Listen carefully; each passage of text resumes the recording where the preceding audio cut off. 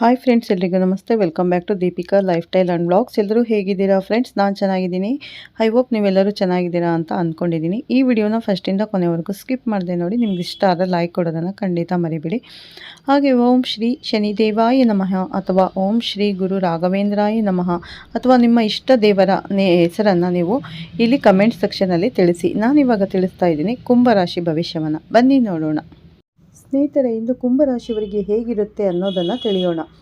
ಇಂದು ನಿಮ್ಮ ಜೀವನದಲ್ಲಿ ಹೊಸ ಆಲೋಚನೆಗಳು ಹುಟ್ಟಿಕೊಳ್ಳುತ್ತವೆ. ನೀವು ಕೈ ಹಾಕಿದ ಕೆಲಸಗಳು ಯಶಸ್ಸು ನಿಮ್ಮ ಕೈ ಹಿಡಿಯುತ್ತದೆ. ಮತ್ತು ಉದ್ಯೋಗ ಮತ್ತು ವ್ಯಾಪಾರದ ಬಗ್ಗೆ ನೋಡೋದಾದರೆ ಉದ್ಯೋಗದಲ್ಲಿರುವವರಿಗೆ ಮೇಲಧಿಕಾರಿಗಳಿಂದ ಮೆಚ್ಚುಗೆ ಸಿಗಲಿದೆ. ಮತ್ತು ವ್ಯಾಪಾರಸ್ಥರಿಗೆ ಹೊಸ ಅವಕಾಶಗಳು ಬಾಗಿಲು ತಟ್ಟುತ್ತವೆ. ಮತ್ತು ಹಣಕಾಸಿನ ವಿಷಯದಲ್ಲಿ ಇಂದು ಸ್ವಲ್ಪ ಎಚ್ಚರಿಕೆ ಅಗತ್ಯ. ಅನಾವಶ್ಯಕ ಖರ್ಚು ತಪ್ಪಿದರೆ ಲಾಭ ಖಂಡಿತ. ಪ್ರೇಮ ವಿಷಯ ಮತ್ತು ಕುಟುಂಬದ ವಿಷಯ ನೋಡೋದಾದರೆ ಕುಟುಂಬದಲ್ಲಿ ಸಂತೋಷದ ವಾತಾವರಣ ಇರುತ್ತೆ. ಪ್ರೇಮಿಗಳಿಗೆ ಒಳ್ಳೆಯ ಸುದ್ದಿ ಸಿಗುವ ಸಾಧ್ಯತೆ ಇದೆ.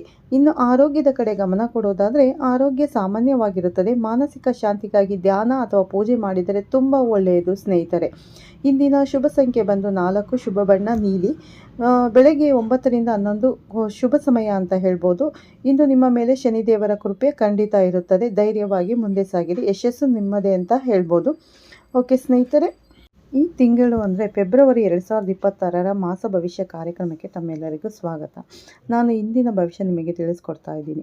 ಪ್ರಮುಖವಾದ ಒಂದು ಹಬ್ಬ ಅಂತ ನಾವು ನೋಡೋದಾದರೆ ಮಹಾಶಿವರಾತ್ರಿ ಹಬ್ಬವನ್ನು ನಾವು 15ನೇ ತಾರೀಕು ಆಚರಿಸ್ತಾ ಇದ್ದೀವಿ. ಹಾಗೆ ಗ್ರಹಗಳ ಸ್ಥಾನಮಾನ ಹೇಗಿದೆ ಅನ್ನೋದನ್ನು ತಿಳಿದುಕೊಂಡು ತದನಂತರ ದ್ವಾದಶ ರಾಶಿಗಳ ಭವಿಷ್ಯ ಹೇಗಿದೆ ಈ ತಿಂಗಳಲ್ಲಿ ಅನ್ನೋದನ್ನು ನೋಡೋಣ. ಇನ್ನು ಗ್ರಹಗಳ ಸ್ಥಾನಮಾನ ಹೇಗಿದೆ, ಏನು ಬದಲಾವಣೆ ಆಗ್ತಿದೆ ಅಂತ ನೋಡೋದಾದರೆ ನಾವು ಆಗಲೇ ಗೊತ್ತಿರೋ ಹಾಗೆ ಜನವರಿ ತಿಂಗಳಲ್ಲಿ 4 ಗ್ರಹಗಳು ತಮ್ಮ ಬದಲಾವಣೆ ಮಾಡಿತ್ತು. ಆದರೆ ಧನಸ್ಸು ರಾಶಿಯಿಂದ ಮಕರ ರಾಶಿಗೆ ತನ್ನ ಪ್ರವೇಶವನ್ನು ಬೆಳೆಸಿತ್ತು.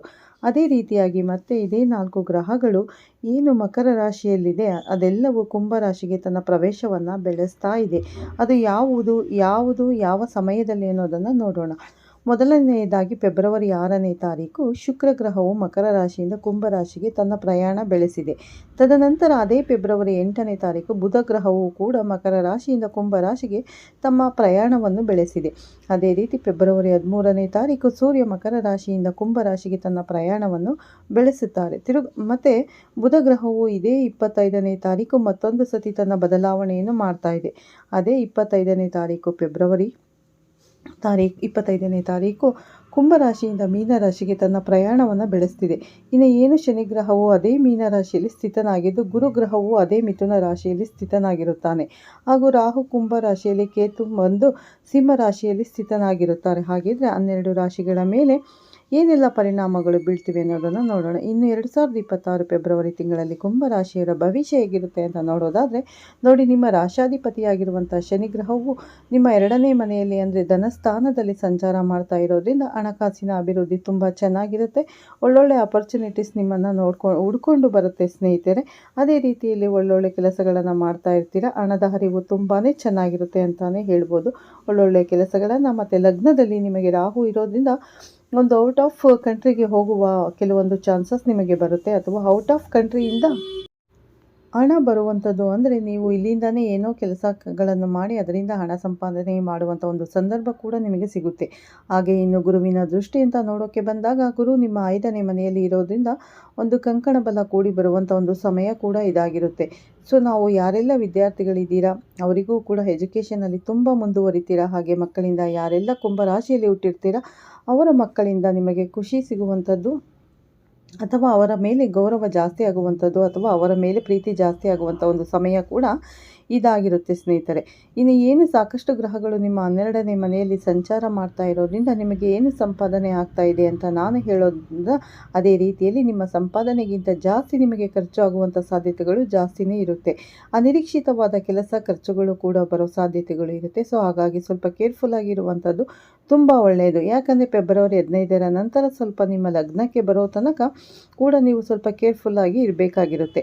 ಅದರಲ್ಲೂ ಯಾರಿಗೆ ಗೌರ್ಮೆಂಟ್ ಉದ್ಯೋಗಿಗಳಾಗಿದ್ದೀರಾ ಅವರಂತೂ ಸ್ವಲ್ಪ ಇಲ್ಲೀಗಲ್ ಆ್ಯಕ್ಟಿವಿಟೀಸಿಂದ ದೂರ ಇರಬೇಕಾಗಿ ಬರುತ್ತೆ. ಅಂದರೆ ಯಾರಾದರೂ ಲಂಚ ಸ್ವೀಕಾರ ಮಾಡುವಂಥದ್ದು ಅಥವಾ ಏನು ಕೆಲಸಕ್ಕೆ ಸಂಬಂಧ ಪಡೆದಿರ ಕೆಲವು ವ್ಯವಹಾರಗಳು ಏನಾದರೂ ಮಾಡಿದ್ದೀರಾ ಅಂತಂದರೆ ಅದು ಸಿಕ್ಕಾಕಿಕೊಳ್ಳುವಂಥ ಒಂದು ಸಂದರ್ಭ ಕೂಡ ಇರುತ್ತೆ. ಸೊ ಕೇರ್ಫುಲ್ಲಾಗಿ ಹೆಜ್ಜೆ ಇಡೋದು ತುಂಬ ಒಳ್ಳೆಯದಾಗುತ್ತೆ.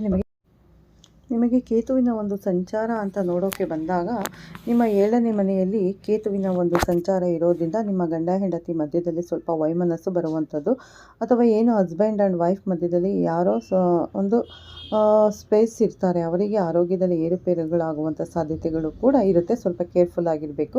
ಏನೇ ಸಮಸ್ಯೆಗಳು ಬಂದರೂ ಕೂಡ ಅದನ್ನು ನೀವು ಬಗೆಹರಿಸಿಕೊಂಡು ಹೋಗಬೇಕು. ಯಾಕಂದರೆ ನಿಮ್ಮ 5ನೇ ಭಾವದಲ್ಲಿ ಗುರುವಿನ ಒಂದು ಸಂಚಾರ ಕೂಡ ಇರೋದ್ರಿಂದ ಸ್ವಲ್ಪ ಬ್ಯಾಂಡೇಜ್ ಕೂಡ ಚೆನ್ನಾಗಿದೆ, ಅಂದರೆ ಬ್ಯಾಂಡೇಜ್ ಕೂಡ ಚೆನ್ನಾಗಿರುತ್ತೆ. ಏನೇ ವೈಮನಸ್ಸು ಬಂದರೂ ಕೂಡ ಅದನ್ನು ಆಗಿದ್ದಾಗೆ ಸರಿ ಮಾಡಿಕೊಂಡು ಹೋಗುವಂಥ ಒಂದು ಸಮಯ ಕೂಡ ಇದಾಗಿರುತ್ತೆ. ಸೊ ಎಷ್ಟು ನಾನು ಹೇಳಿದ ಹಾಗೆ 12ನೇ ಮನೆಯಲ್ಲಿ ಇಷ್ಟು ಗ್ರಹಗಳ ಸಂಚಾರದಿಂದ ಸ್ವಲ್ಪ ಅಂದರೆ ಸ್ಲೀಪ್ ಡಿಸ್ಟರ್ಬೆನ್ಸ್ ಕೂಡ ಆಗುತ್ತೆ. ಅಂದರೆ ನಿಮಗೆ ನಿದ್ದೆ ಕರೆಕ್ಟಾಗಿ ಬರದೇ ಇರುವಂಥದ್ದು, ಅಥವಾ ನಿದ್ದೆ ಸರಿಗೆ ಮಾಡಿದರೆ ಕೆಲವು ಡಿಶೀಸ್ ಅಂದರೆ ಬರುವಂಥದ್ದು ಚಾನ್ಸಸ್ ಕೂಡ ಇರುತ್ತೆ. ಸೊ ಅದರ ಕಡೆಗೆ ಸ್ವಲ್ಪ ಗಮನ ಕೊಡಿ, ಆರೋಗ್ಯದ ಕಡೆಯೂ ಸ್ವಲ್ಪ ಗಮನ ಕೊಡಬೇಕಾಗಿ ಬರುತ್ತೆ. ಯಾಕಂದರೆ ಹೊಟ್ಟೆಗೆ ಸಂಬಂಧಪಟ್ಟಿದ್ದಾಗಿರ್ಬೋದು, ಅಥವಾ ತಲೆಗೆ ಸಂಬಂಧಪಟ್ಟಿದ್ದ, ಅಥವಾ ಸ್ಕಿನ್ ಡಿಶೀಸ್ ಬರುವಂಥ ಚಾನ್ಸಸ್ ಕೂಡ ಇರುತ್ತೆ. ಸ್ವಲ್ಪ ಕೇರ್ಫುಲ್ಲಾಗಿ ಹೆಜ್ಜೆ ಇಡಬೇಕಾಗುತ್ತೆ. ಅದೇ ರೀತಿಯಲ್ಲಿ 2ನೇ ಮನೆಯ ಶನಿ ಒಂದು ಸಂಚಾರದಿಂದ ಏನಾಗುತ್ತೆ, ಸ್ವಲ್ಪ ಫ್ಯಾಮಿಲಿಯಿಂದ ದೂರ ಉಳಿಯುವಂಥದ್ದು, ಅಥವಾ ಫ್ಯಾಮಿಲಿನಲ್ಲಿ ಕೆಲವು ಸಮಸ್ಯೆಗಳು ಬರುವಂಥ ಚಾನ್ಸಸ್ ಕೂಡ ಇರುತ್ತೆ. ಅಂದರೆ ಸ್ವಲ್ಪ ಏನಾದರೂ ಕೆಲವು ಕಾಯಿಲೆಗಳು ಯಾರಿಗಾದರೂ ಬಂತು ಅಂತಂದರೆ ಅದು ಬೇಗ ವಾಸಿ ಆಗದೇ ಇರುವಂಥ ಒಂದು ಸಂದರ್ಭ ಕೂಡ ಆಗುತ್ತೆ. ಹಾಗೆ ಸ್ವಲ್ಪ ವೈಮನಸ್ಸುಗಳು ಬರುವಂಥ ಸಂದರ್ಭಗಳು ಕೂಡ ಕ್ರಿಯೇಟ್ ಆಗುತ್ತೆ. ಸೊ ಹಾಗಾಗಿ ನೀವು ಲಗ್ನದಲ್ಲೇ ರಾಹು ಇರೋದ್ರಿಂದ ನೀವೇನು ಮಾತಾಡ್ತೀರಾ, ನೀವೇನು ಮಾಡ್ತಾ ಇದ್ದೀರಾ ಅನ್ನೋದು ಕೂಡ ಅರಿವಿಲ್ಲದೆ ಇರುವಂತಹ ಕೆಲವು ಕೆಲಸಗಳನ್ನು ಮಾಡ್ತಾ ಇರ್ತೀರಾ. ಅದರ ಕಡೆ ಸ್ವಲ್ಪ ಗಮನ ಕೊಡಿ. ಸ್ವಲ್ಪ ನಿಮ್ಮ ಬಗ್ಗೆ ನೀವೇ ಕೂತ್ಕೊಂಡು ಯೋಚನೆ ಮಾಡಿ ನಿರ್ಧಾರಗಳನ್ನು ತಗೊಂಡ್ರೆ ಖಂಡಿತವಾಗ್ಲೂ ನಿಮ್ಮ ಎಲ್ಲ ಕೆಲಸದಲ್ಲೂ ಕೂಡ ಯಶಸ್ಸು ಸಿಗುತ್ತೆ. ಖರ್ಚಿನ ಸ್ವಲ್ಪ ಕಡಿವಾಣ ಹಾಕ್ಕೊಳ್ಳಿ. ಯಾರಿಗಂದರೆ ಅವರಿಗೆ ಹಣದ ಒಂದು ವ್ಯವಹಾರ ಮಾಡಬೇಕಾದ್ರೆ ಸ್ವಲ್ಪ ಕೇರ್ಫುಲ್ ಆಗಿರಬೇಕಾಗುತ್ತೆ. ಯಾಕಂದರೆ ಲಾಸ್ ಆಗುವಂತಹ ಚಾನ್ಸಸ್ ಜಾಸ್ತಿನೇ ಇರುತ್ತೆ. ಸೊ ಈ ಒಂದು ಸಮಯಗಳನ್ನು ನೀವು ಪಾರು ಮಾಡಿಕೊಂಡು ಬಿಟ್ಟರೆ ಖಂಡಿತವಾಗೂ ಎಲ್ಲ ರೀತಿಯಿಂದ ಕೂಡ ನಿಮಗೆ ಶುಭವಾಗುತ್ತೆ.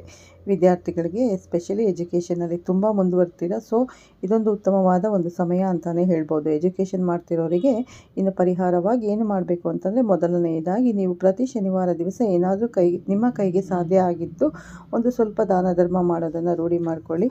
ಹಾಗೆ ಗುರುವಿನ ಒಂದು ದೇವಸ್ಥಾನಕ್ಕೆ ಹೋಗುವಂಥದ್ದು, ಮತ್ತು ಗುರುವಿನ ಒಂದು ದೇವಸ್ಥಾನಕ್ಕೆ ಹೋಗುವಂಥದ್ದು, ಮನೆಗೆ ಗುರುಗಳ ಆರಾಧನೆ ಮಾಡೋದ್ರಿಂದ ಕೂಡ ನಿಮಗೆ ಗುರುಗಳ ಅನುಗ್ರಹ ತುಂಬ ಚೆನ್ನಾಗಿ ಸಿಗುತ್ತೆ. ಹಾಗೆ ದುರ್ಗಾದೇವಿ ಆರಾಧನೆ, ಎಷ್ಟು ದುರ್ಗಾದೇವಿ ಆರಾಧನೆ ಮಾಡ್ತೀರೋ ಅಷ್ಟು ಶುಭ ಫಲಗಳನ್ನು ನೋಡುವಂಥ ಸಮಯ ಇದಾಗುತ್ತೆ. ಇನ್ನು ಇಲ್ಲಿಯವರೆಗೆ ಹೇಳಿರುವಂಥ ಫಲಗಳು ಸಾಮಾನ್ಯ ಫಲಗಳಾಗಿದೆ. ನಿಮ್ಮ ವೈಯಕ್ತಿಕ ಜಾತಕದ ಒಮ್ಮೆ ಪರಿಶೀಲನೆ ಮಾಡಿಕೊಳ್ಳೋದು ತುಂಬ ಒಳ್ಳೆಯದು ಅಂತ ಹೇಳ್ಬೋದು. ಯಾಕೆ ಅಂತಂದರೆ ನೋಡಿ, ಇವಾಗ ನಾವೇನು ಪ್ರೆಸೆಂಟ್ ಟ್ರಾನ್ಸಿಟ್ ಅಂದರೆ ಈಗ ನಡೀತಿರುವಂಥ ಗ್ರಹಗತಿಗಳ ಮೇಲೆ ಫಲಗಳನ್ನು ನಾವು ಹೇಳಿದ್ದೀವಿ. ಆದರೆ ನಿಮ್ಮ ಜಾತಕದಲ್ಲಿ ಗ್ರಹಗಳ ಸ್ಥಾನ ಬೆಲೆ ಆಗಿದಾಗ ಫಲಗಳು ಸ್ವಲ್ಪ ವ್ಯತ್ಯಾಸ ಆಗುತ್ತೆ.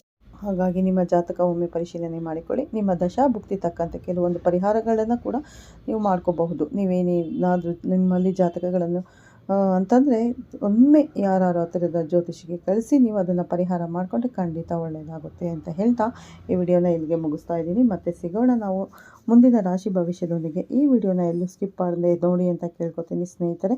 ನಿಮ್ಗೆ ಇಷ್ಟ ಆದರೆ ಲೈಕ್ ಮಾಡಿ, ಶೇರ್ ಮಾಡಿ. ಓಂ ಶನೀಶ್ವರಾಯ ನಮಃ ಅಂತ ಒಂದು ಕಮೆಂಟ್ ಕೊಡೋದನ್ನು ಖಂಡಿತ ಮರಿಬೇಡಿ. ಹೊಸದಾಗಿ ನೋಡ್ತಾ ಇರೋರು ಫಸ್ಟ್ ನಮ್ಮ ಚಾನಲ್ಗೆ ಸಬ್ಸ್ಕ್ರೈಬ್ ಮಾಡ್ಕೊಳ್ಳಿ. ಪಕ್ಕದಲ್ಲಿರೋ ಬೆಲ್ ಐಕನ್ ಕ್ಲಿಕ್ ಮಾಡಿ. ನಾನು ಹಾಕೋ ಪ್ರತಿಯೊಂದು ವಿಡಿಯೋ ನೋಟಿಫಿಕೇಷನ್ಗೆ ಬರುತ್ತೆ, ತಕ್ಷಣ ನೋಡ್ಬೋದು ಸ್ನೇಹಿತರೆ. ನಿಮಗೆ ಮತ್ತೆ ಸಿಗ್ತೀನಿ ಉತ್ತಮ ರಾಶಿ ಭವಿಷ್ಯದೊಂದಿಗೆ ಅಂತ ಹೇಳ್ತಾ ಈ ವಿಡಿಯೋನ ಎಂಡ್ ಮಾಡ್ತೀನಿ. ಎಲ್ಲೂ ಸ್ಕಿಪ್ ಮಾಡಿದೆ ನೋಡಿ. ಮಧ್ಯದಲ್ಲಿ ಸ್ಕಿಪ್ ಮಾಡಿದ್ರೆ ವಿಷಯ ಪೂರ್ತಿ ಅರ್ಥ ಆಗೋದಿಲ್ಲ. ಹಾಗಾಗಿ ಈ ವಿಡಿಯೋನ ಎಲ್ಲೂ ಸ್ಕಿಪ್ ಮಾಡಿದೆ ನೋಡಿ. ಕುಂಭರಾಶಿಯ ಸ್ನೇಹಿತರಿಗೆ ಶೇರ್ ಮಾಡೋದನ್ನು ಖಂಡಿತ ಮರಿಬೇಡಿ ಸ್ನೇಹಿತರೆ. ಓಕೆ ಸ್ನೇಹಿತರೆ, ಮತ್ತೆ ಸಿಗ್ತೀನಿ ಉತ್ತಮ ರಾಶಿ ಭವಿಷ್ಯದೊಂದಿಗೆ. ಅಲ್ಲಿವರೆಗೂ ತಮ್ಮೆಲ್ಲರಿಗೂ ಧನ್ಯವಾದಗಳು. Take care. Bye all friends. Okay, ಬಾಯ್.